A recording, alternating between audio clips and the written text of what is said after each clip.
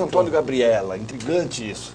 Então, o Luiz Antônio Gabriela o título ele é composto pelo nome masculino do meu irmão, o nome que ele foi batizado, e depois o nome de travesti. O Luiz Antônio era teu irmão mais velho, mais novo? Ele era meu irmão mais velho, ele nasceu em 53.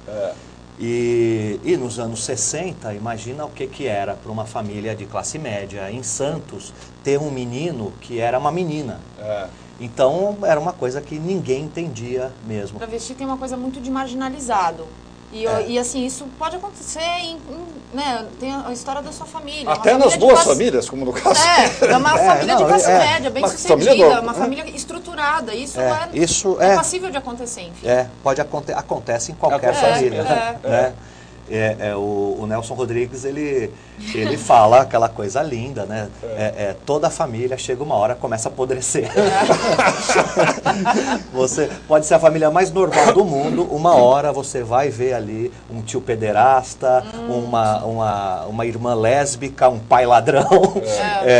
Então eu acho que... E o Nelson estava cheio de razão. E eu acho que a partir do momento também que a gente abre isso como... a gente de dentro, a gente não está falando uma coisa que está na moda, conversar, a gente aceita o espetáculo, e eles tiveram toda a liberdade de representar com os defeitos humanos mesmo. Então, eu falo aonde que eu erro na trajetória, como que foi, porque o espetáculo ele acabou sendo um pedido de desculpa para o meu irmão, né? Meu irmão morreu na Espanha com 53 anos, mas ele já estava muito doente, viciado em droga, e nós ficamos 30 anos, foi uma lacuna de 30 anos que nós não soubemos mais dele mesmo. Puxa, né? Foram 30 anos. 30 anos de ausência total. Uma coisa é você ouve ele contar a história e ela tem vários elementos que alguma coisa toca a sua subjetividade pessoal. E aí isso mexe com você, você vai para casa, pensa e traz na semana seguinte uma cena. No meu caso, eu me tocava muito pelas histórias dele criança. Por isso Luiz Antônio criança. Do Nelson. Do Nelson. Do Bolinho. Porque vai explicar que a Verônica faz o Nelson. Interpreta o Nelson. Então, pra mim, uma versão muito melhorada, aliás. Isso pela cor dos olhos. Eu concordo. E fez um sentido, a subjetividade daquela criança conectou com a minha. Eu não sei dizer o que é. E aí, tudo pra mim potencializava em cima daquilo. Então, eu tinha ideias de cena, de texto. Então, é difícil falar, não é o que ele viveu, não é também um olhar que eu dei. Eu acho que a gente volta no tempo, entra em quem ele era, a minha sensação, e consegue transformar aquilo em poesia. Mas eu sinto que não está desconectado. Não está desconectado. Não está. Não é uma visão fria de o que a criança deveria ter sentido. Eu acho que é uma conexão de subjetividades mesmo. O Marcos faz o Luiz Antônio, né? O seu irmão Luiz Antônio. Tá? Um papel brilhante, né? Presente esse papel. Um presente. E que, de certa forma, é um pouco mais difícil também, porque eu não tinha a figura ali viva. Porque as outras pessoas, os outros atores e atrizes, tinham seus personagens ali na frente. Os espelhos. Tinham esses depoimentos ali escritos. Então, eu não tinha, porque o Luiz Antônio falecido em 2006. Então, eu me apeguei em quê? Em detalhes dos depoimentos que eram dados sobre ele e me apeguei às cartas. Que ele escrevia. Tanto que a maioria dos textos que eu dou são as cartas dele e alguns textos que a Verônica escreveu. Então, por ele não estar vivo, você construiu foi uma construção. E não existia aquela preocupação de... Será que eu estou igual a ele? Porque eu queria representar, em nome do Luiz Antônio, eu queria representar uma figura, que era a figura do travesti na sociedade, que era trazer à tona a reflexão desse personagem, desse tipo de pessoa. Então, não me ative será que eu estou parecido com o Luiz Antônio? Será que o Luiz Antônio era assim? Eu queria trazer a figura do travesti, um composto do travesti. Agora, o Nelson, por exemplo, você conviveu com o Luiz Antônio, tuas lembranças são muito remotas dele, ou a coisa de infância só, ou não? Primeiro, qual a sua diferença de idade para ele? São 8 anos de diferença. Eu acho que, assim, o que toca muito no espetáculo é que a sexualidade dele era muito latente. E ela escapou em mim. Então, a peça, ela toca nesse ponto que o Luiz Antônio, ele me seduziu quando eu tinha 7 anos de idade, 6 ou 7 anos de idade. Então, ele tinha uns 15. Então, então a minha lembrança é bem viva. E inclusive de coisas depois que eu fui desenvolvendo na minha cabeça, porque eu era criança e eu fui vendo um irmão virando mulher. Então eu passei a achar que eu fosse virar travesti também. Até os 13, 14 anos, como eu comecei a engordar, e meu peito começou a crescer. E eu falei, eu vou virar travesti também. É uma mácula, é um destino. Eu fui mordido. Uma coisa da família. Então isso foi muito assustador. E acabou também sendo o material da peça que a Verônica trabalhou muito bem e com uma delicadeza e um olhar tão carinhoso sobre isso. Porque, para vocês terem uma ideia, a Verônica, ela criou uma coisa porque assim, o apelido do meu irmão era Bolota. O apelido dele como travesti era Bolota. Ele era gordinho. Ele era gordinho e por causa das bolas de silicone. Porque ele é da época do silicone industrial. Era silicone industrial, injetava silicone. E o meu apelido de criança era Bolinho.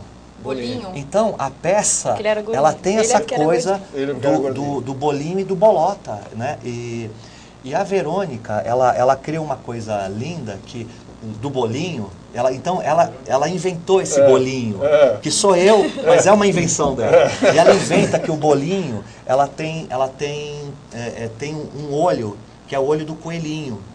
Porque é um olho que, como cresce muito pelo, ele não consegue chorar por esse olho. Então o bolinho, ele escolhe com qual olho ele quer ver determinado, porque o olho do coelhinho não sofre. Então, isso foi uma criação dela, que eu acho genial, e que deu para o espetáculo toda a poética. Uma dimensão poética. Qual olhar eu vou enxergar exatamente. isso? Eu acho que todo mundo tem isso, né? Eu nasci, eu estou aqui, eu nasci e não escolhi até fralda, eu vesti, não escolhi, eu nasci.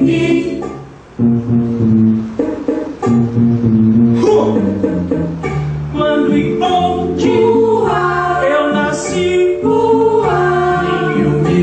senti e só então entendi, eu sou um travesti. Eu acho que é um desafio tratar desse tema, né, não, Verônica? Então, é muito engraçado, porque é um espetáculo que, a princípio, o Nelson sempre fala isso, eu acho bom. A gente pensou, a figura do travesti encheu a sala de ensaio de roupa, de traveco, e aí ele mesmo falou, não é isso. Não é isso, que aí você cai naquele estereótipo babaca, e aí né? foi indo pra coisa do... A gente usa um figurino que chama nude, né? É tudo em tons de nu, mas que também vem falar um pouco da fragilidade de cada personagem, dos atores em cena, fazendo coisas que eles nunca fizeram. A gente tá cantando, tocando, coisas pro espetáculo, que a gente é frágil ainda em algumas coisas. Da direção que está dirigindo aquilo que é dele, então trabalha também na sutileza da fragilidade, de ser humano, como um travesti poderia se sentir. Exatamente. Então acho que é sutil nesse sentido. E vem o lúdico também, por conta até da história da criança, né? E eles vêm tratando desde o comecinho a figura do Luiz Antônio com o Boninho desde pequeno. Então começa assim mesmo. Começa com... Essa mas depois aí, ó... E a gente chama de documentário cênico, né? Porque foi até o Valmir Santos que falou sobre o trabalho da gente, o trabalho anterior, e é um documentário cênico porque a peça ela foi baseada em documentos vivos mesmo. Então, o público vai lá ver o Luiz Antônio do Marcos Felipe, mas tem a foto do meu irmão lá o tempo todo. Você vê o meu irmão, você vê a minha irmã, você vê as cartas que ele escreveu, as cartas que meu pai escreveu para ele. Então, esses documentos, as fotos, são todas exibidas durante o espetáculo. Então, você prova vê, que ao mesmo sim, é uma história real. É importante ser testemunhal. Né? O espetáculo era muito importante que nós estivéssemos falando de alguma coisa que nós conhecemos e que nos é cara. É um negócio que a gente ainda não entende direito, o que é exatamente, como é que a pessoa se transforma, como é que a pessoa se torna um travesti, se ela nasce um travesti ou não, como é que é isso? Mas assim, eu acho que eles mesmo ainda não se entendem. Não se entendem. Mas não se entendem por um fato muito simples. Eles não são homens, não são mulheres. E são os dois ao mesmo tempo. São os dois ao mesmo tempo. Então, o que acontece? O que eu acho também que foi a pérola para a construção. É você descobrir o sentimento que está envolvido entre não ser um e não ser o outro. Do tipo, você, quanto ser humano, não consegue se estabelecer nem como homem, nem como mulher, dentro dessa sociedade que a gente está vivendo. Isso foi a pérola, descobrir esse tipo de sentimento, esse tipo de viés, assim. Mas o que essa pessoa está carregando dentro dela? Como que ela consegue transmitir isso? Então, para a construção, a gente usou um pouco disso. Um pouco dessa lacuna que desse intervalo entre um ser e outro. Esse elo perdido. Desse aí, né? elo perdido entre um ser e outro. E daí trabalhando em cima de improvisações.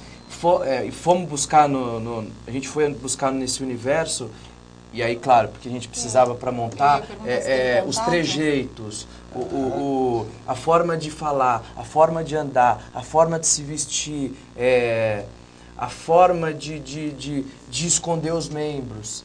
Então, isso todos foram detalhes que a gente foi atrás. A gente precisava saber isso. Porque isso a gente precisava saber com conhecimento de causa para fazer. Porque também não tinha como isso ser superficial. Exato. Então, a gente foi atrás desse universo. E a gente buscamos travestis, a gente teve contato com o Serginho, que foi um travesti que foi amigo dele. Amigo do meu irmão. Já em Santos ainda, antes dele ir para Bilbao, na Espanha. Então, tivemos contato com o Serginho conversou sobre como ele era, como funcionavam as coisas, como que eles faziam, como eles deixavam de fazer, o que eles gostavam, o que eles não gostavam. Então, a figura do Serginho ajudou muito. O Serginho ajudou muito no espetáculo, inclusive é um personagem do espetáculo. É um personagem. Parece até em vídeo. Nossa, legal. Porque foi isso, eu acho que o bacana foi esse envolvimento das pessoas que tiveram. Nós precisávamos preencher essa lacuna de 30 anos. O que aconteceu com o Luiz Antônio depois que ele saiu da minha casa?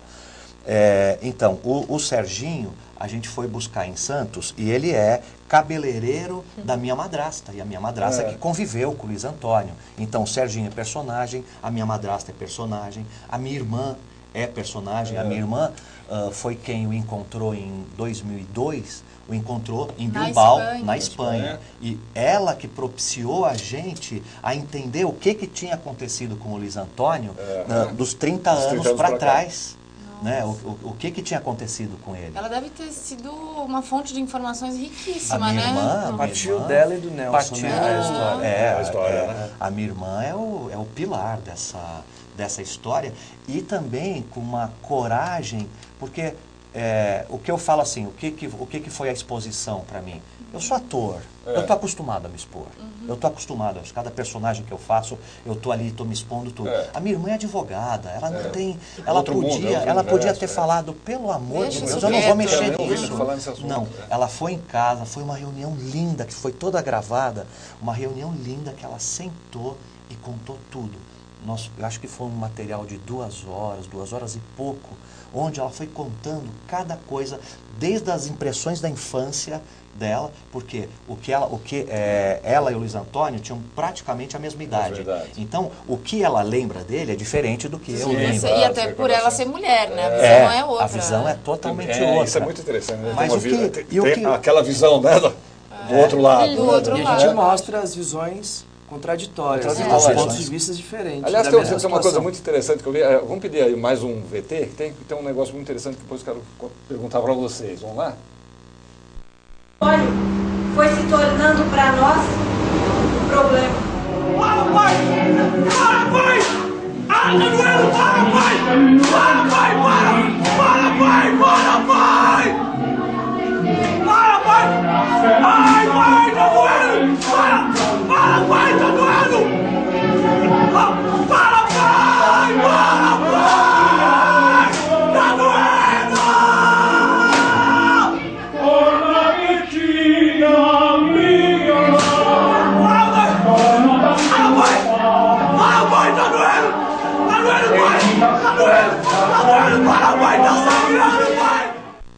Cara, vou te dizer, é arrepiante de ver. Chocante, né? É chocante, é um Chocante, impacto. É uma eletriza. coisa. A gente viu ali aqueles depoimentos que vocês falaram, né? Depoimentos gravados, tal, não sei o quê.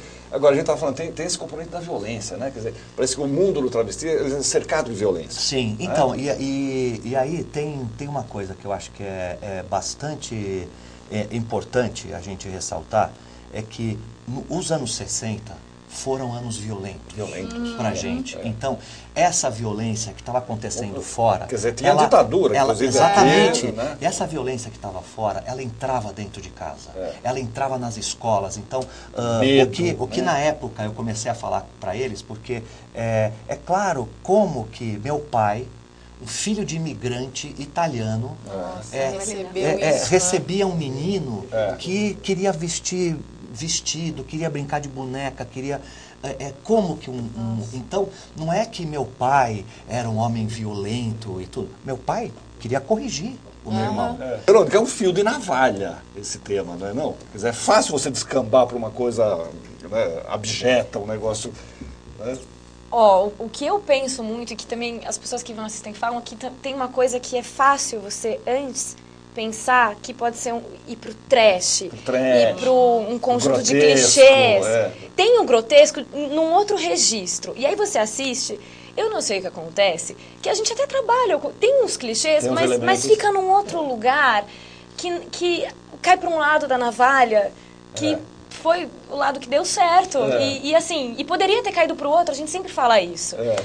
E eu acho que isso tem a ver porque foi a gente complexo, sem querer, querendo, ela foi muito feliz o tratamento que deu. Foi.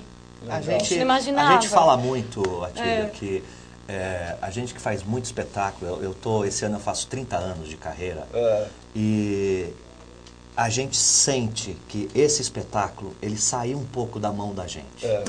Ele